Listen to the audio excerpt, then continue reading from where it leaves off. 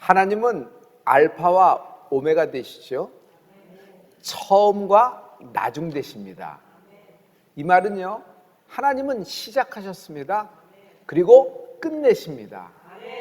완성하시는 분이십니다. 성취하시는 분이세요. 그래서 여러분, 우리가 기댈 곳이 하나님입니다. 성도 여러분, 하나님은 어떤 분이세요? 너희 속에 시작하시는 이가 하나님이시라는 거예요. 그 하나님이 예수 그리스도 안에서 이루시는 분이시란 말이에요. 뭘 이루세요? 끝내시는 분이 하나님이세요. 오늘 히스기야에 대한 이야기인데요, 히스기야를 보면은 솔로몬이 생각이 나요. 히스기야와 솔로몬은요, 아버지가 유명한 사람이에요. 솔로몬의 아버지는 여러분 다윗이죠. 솔로몬은 아버지 덕을 참 많이 봤습니다. 히스기야의 아버지는 아하스 왕이에요. 성경에서 가장 악한 왕 중에 악한 왕을 꼽으려면 아하스 왕이 넘버 1, 2, 3에 들어가는 왕이에요. 그러니 그 아버지의 덕을 보기는커녕 아버지의 그런 어떤 그 모든 것이 그냥 참, 이게 히스기야는 감당하기 어려운 것들이 많을 거예요. 첫째는요, 히스기야의 아버지가 무슨 일을 했냐면 우상숭배 중독자예요. 우상숭배 한두 번 하는 것이 아니라 우상숭배도요, 여러분, 중독이 돼요. 아하스 왕, 그 왕은요, 인신제사까지 드렸어요. 그러니까 자기가 무당하고 똑같은 거예요. 자기 아들 중에 하나를 인신제사 드리는 왕이니 보통이 넘죠. 그리고 결정적으로 그는 무슨 일을 했냐면 성전문을 닫아 걸었어요. 왕이니까 명령해서 성전문을 닫아 걸은 거예요, 법으로. 그게 누구냐면 아하스 왕이에요. 그러므로 히스기야에게 아버지라는 것은 인생의 걸림돌입니다. 그러나 히스기야 왕은요, 어쩐 일인지 아버지가 한 일에 반대되는 일만 합니다. 어떻게 됐어요? 그 걸림돌인 아버지가 여러분 히스기야에게는 오히려 디딤돌 삼아진 겁니다. 반대로 행해서 결국 마지막에 히스기야는 성경에 이렇게 하나님이 평가하십니다. 여러분, 결국은 사람의 세상의 평가가 아니라 하나님이 날 어떻게 보시냐죠. 히스기야는 하나님이 형통케 하셨습니다. 히스기야는 하나님이 그 인생을 존귀케 하셨습니다. 이런 인생이 되는 축복이 있을지어다. 그러면 이것을 보면서 히스기야를 볼 때 저는 두 가지를 생각해요. 첫째, 하나님은요, 과거를 묻지 않으세요. 아버지가 뭐 그런 거, 하나님은 과거를 묻지 않으세요. 아무리 무당이고 아무리 보살의 자녀라고 하더라도 하나님은 사랑하십니다. 하나님은 그를 축복하십니다. 두 번째요, 끝이 좋아야 합니다. 끝이 좋아야 돼요. 우리는 어쩌죠? 시작합니다. 그러나 중간중간 지치기도 합니다. 휘청휘청거리면서 쓰러지기도 합니다. 이런 우리에게 히스기야를 닮을 점이 오늘 하나가 있는 것이에요. 히스기야는 어떤 인생이냐면 실패한 과거를 딛고 일어난다. 오늘 히스기야 왕이 다시 일어나는 장면이에요. 이사야서 37장은 나도 일어난다. 나도 다시 일어난다. 나도 과거와 실패를 딛고 일어난다. 할렐루야. 히스기야에게는 두 가지 큰일이 겹쳐 상영됩니다. 참 어떻게 이렇게 두 가지가 연타로 맞을 수가 있을까 하는데, 첫째는 뭐냐면요, 자기가 다스리고 있는 남유다, 그 왕국, 예루살렘 성이죠. 그 성을 아수르가 포위했어요. 아수르는 생각만 해도 무시무시한 가장 그 당시에 중동에 강한 힘을 갖고 있는 나라인데 포위한 겁니다. 이제는 시간 문제예요, 나라가 망하는 것은. 그런데 히스기야 개인에게는 무슨 일이 생겼냐면 중병이 덮친 것입니다. 그러니 히스기야가 살겠어요? 나라도 망하게 됐고 자기도 중병이 걸렸는데 어느 날 이사야 선지자가 오더니 뭐라고 얘기했냐면 히스기야 왕 죽어. 그러니까 빨리 정리해. 이런 얘기를 들었어요. 사망 신고서를 받은 거나 마찬가지예요. 나라도 사망 신고, 자신도 사망 신고. 이걸 한마디로 할게요. 완전 망했다. 인생도 망했고 그가 다스리는 나라도 완전히 망한 겁니다. 이때 히스기야가 이사야서 37장 오늘 본문 말씀에 기가 막힌 영적인 말을 팍 뿜어내는데 하나님이 그것을 기억하시고 기록해 놓으셨어요. 그 말이 뭐냐면 여인이 아이를 잉태하였으나 해산할 힘이 없도다. 해산할 힘이 없도다. 성도 여러분, 잉태되면 시간이 지나면 저절로 출산되나요? 안 그렇죠. 해산의 능력이라는 것이 있어요. 인생은 해산의 능력이 없어요. 인생은 누구도 시작할 수 있고 다른 박질 칠 수 있으나 끝을 맺거나 정리하기가 굉장히 힘들어요. 힘든 게 아니라 할 수가 없어요. 오늘 하나님의 해산의 능력이 있으라. 인생은 그래서 정리가 안 되는 것입니다.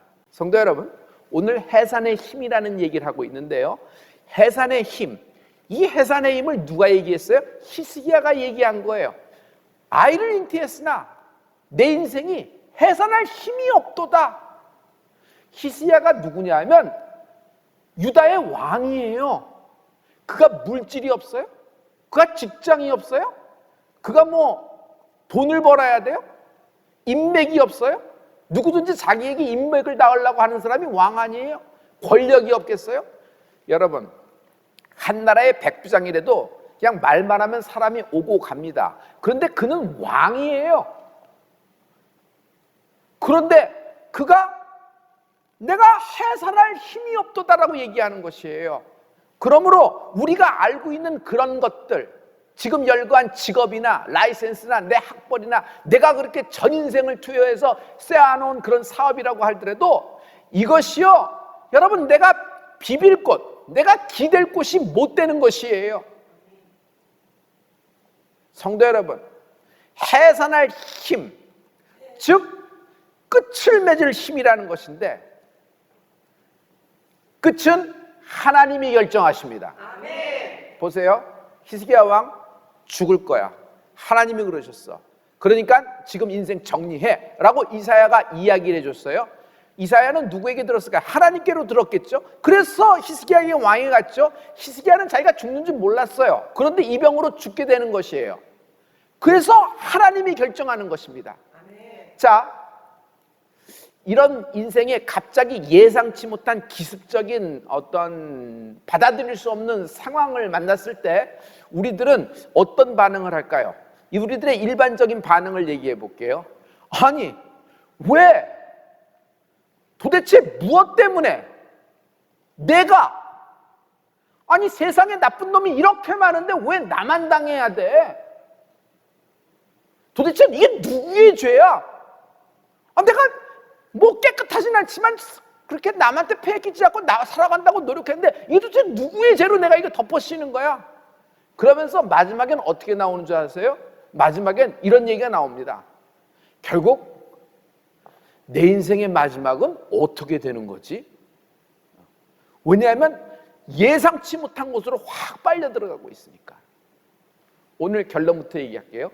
우리의 인생이 마지막에 어떻게 되는 줄 아세요? 다시 숨쉬게 할 것이다. 왜냐하면 우리에겐 부활이 있기 때문입니다.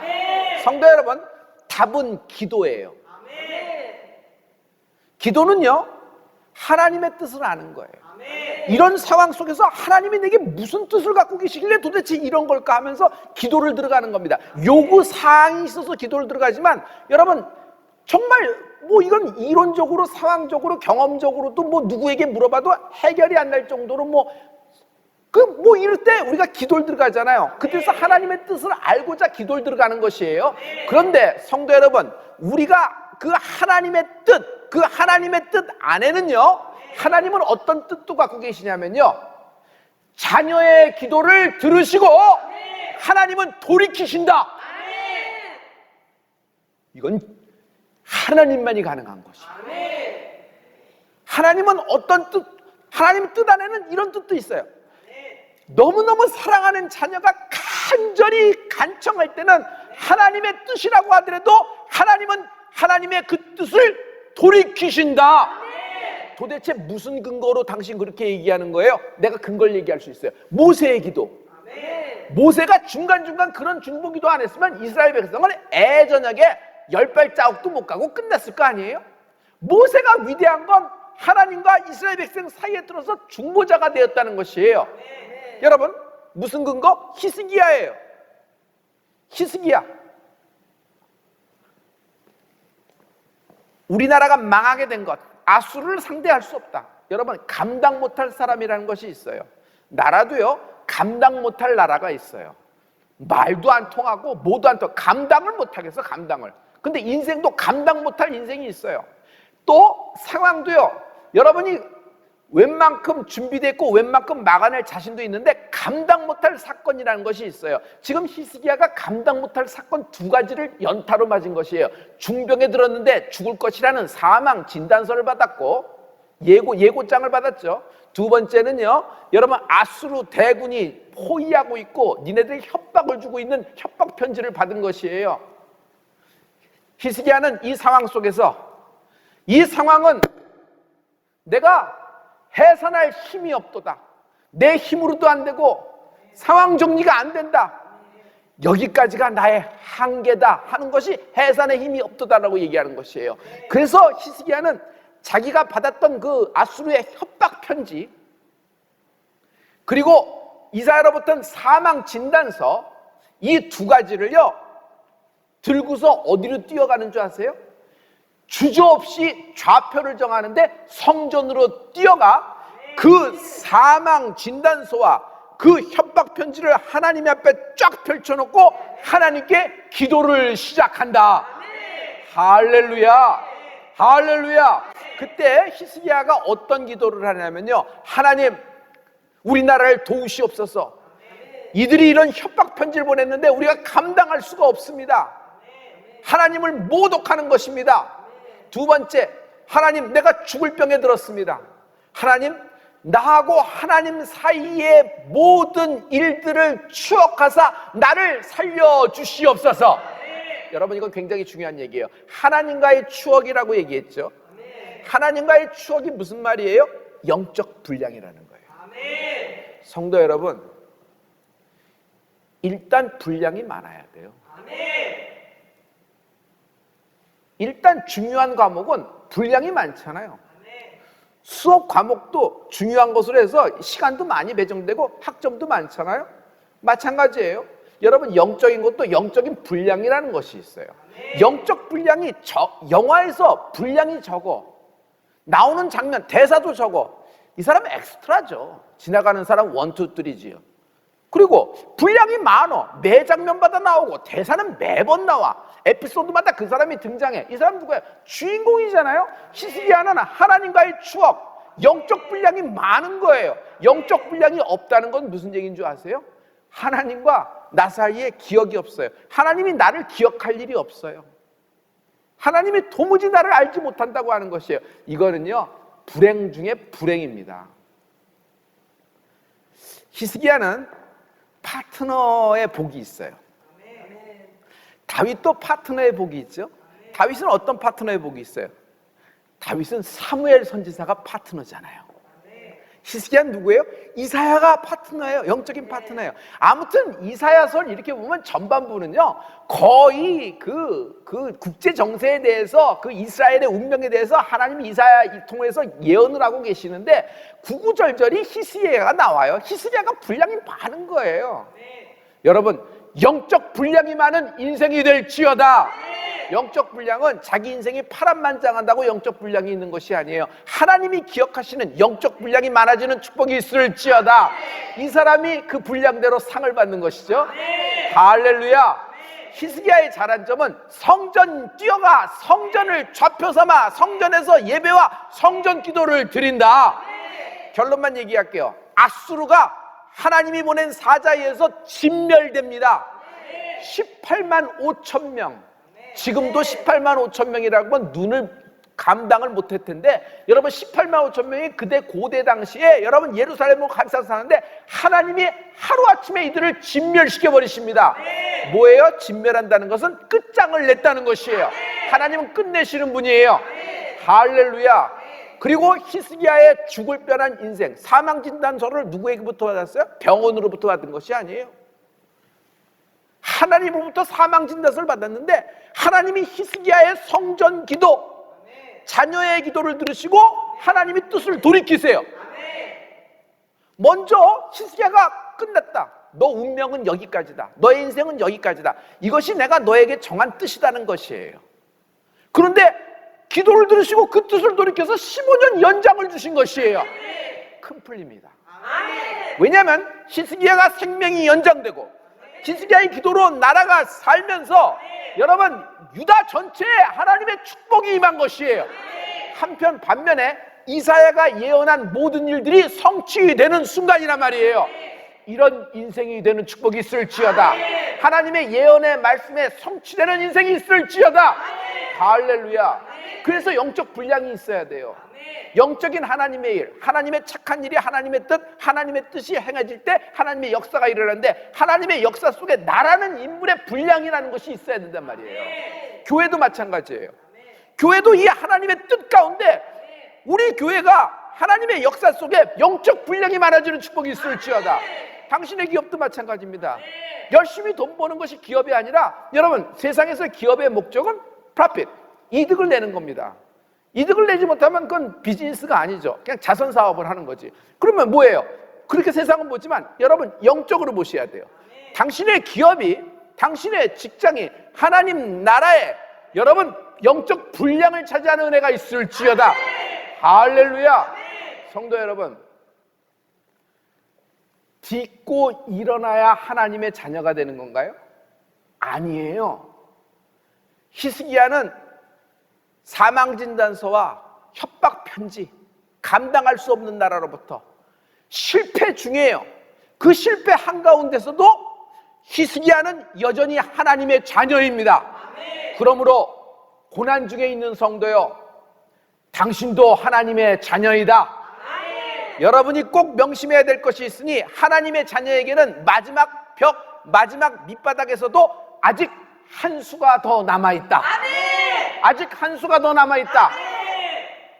그것은 무슨 말이냐면 오직 하나님만이 감당할 수 없는 나의 상황, 내가 만난 돌이킬 수 없는 고난을 끝내시는 분이시다. 인생은 슬기로운 인생이 돼야 됩니다. 미련한 인생은 왜 미련한 줄 아세요? 머리가 모자라서, 뭐가 수가 모자라서 미련한 게 아니라 강팍한 거야. 강팍. 똥꼬집. 똥꼬집 뭐예요? 틀린 줄 아는데도 고집을 부려. 똥꼬집이에요. 아무도 못 말리는 거지. 슬기로운 인생은요, 슬기로운 다섯 처녀가 되는 거예요. 슬기로운 다섯 처녀는 뭘 준비했어요? 기름을 준비했어요. 여분의 기름을 준비했어요. 이것은 which means 무슨 얘기나 하면은 자기 힘으로는 들어갈 수가 없다는 거라는 거예요. 내 힘으로는 내 인생을 끝내지 못한다는 거예요.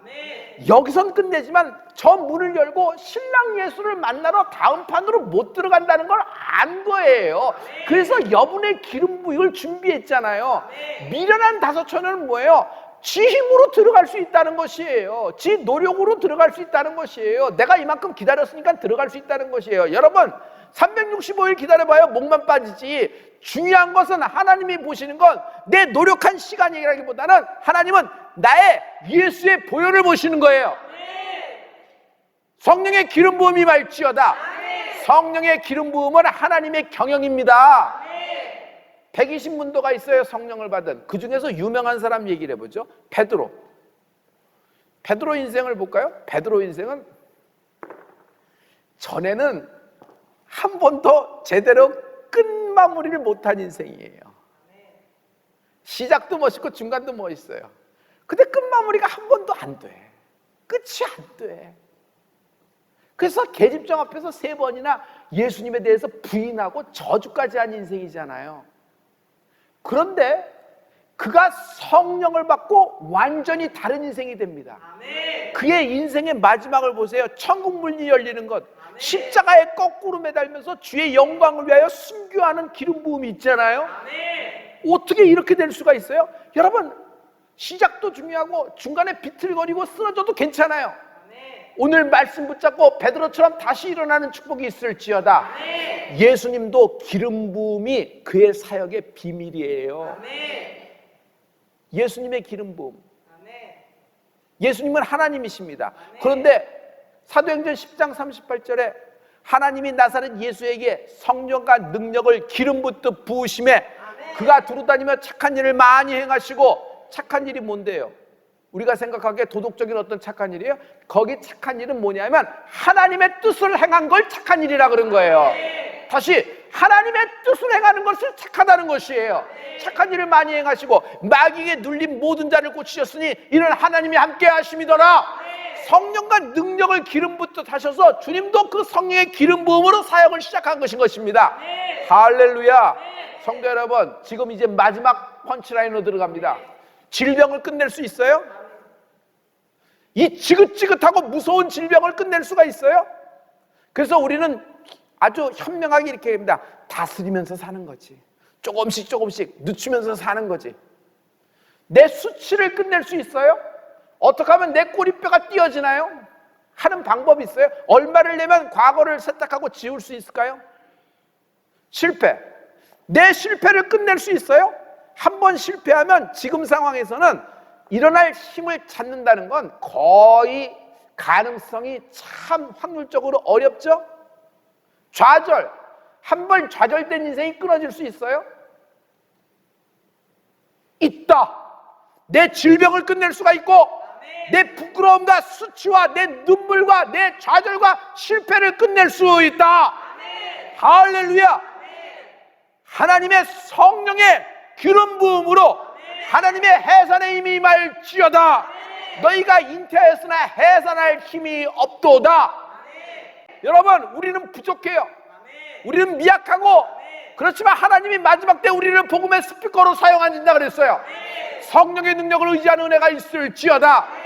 성령님은 하나님이세요. 그러므로 성령의 역사는 하나님의 역사예요. 성령의 분위기, 성령의 무드 이런 걸 생각하지 마세요. 성령님은 그냥 하나님이시란 말이에요. 성령의 역사는 뭐 분위기 역사, 음악이 약간 좀 이렇게 좀 무드 있게 잡아주니까 그런 리듬에 의해서 그런 감정이 흐르는 그런 역사, 이런 분위기에서 분위기 잘 타. 아니에요. 이 성령의 역사는 하나님의 역사 그 자체란 말이에요. 성도 여러분, 제가 질문해 볼게요. 천국을 믿으십니까? 천국을 믿으면서 왜 성령의 능력을 부인하십니까? 성령의 능력이라는 건 하나님의 성령이 그냥 계속 창세기부터 계시록까지 있는 것이 성령의 역사인데, 하나님의 역사는 성령의 역사인데, 지금 우리에게 해산의 능력이 임할지어다. 하나님의 성령의 기름 부음이 임할지어다. 우리에게 오늘 필요한 것은 교리적인 믿음이 아니에요. 이론적인 믿음이 아니에요. 답안을 쓰는 것이 아니라 살아있어야 돼요. 믿음 자체가. 그렇다. 하나님만이 끝낼 수 있다. 내 질병을 끝낼 수 있다. 내 수치를 끝낼 수 있다. 내 좌절과 내 흑역사를 끝낼 수 있는 분이 하나님뿐이시다. 하나님이 우리의 답이 되는 것입니다.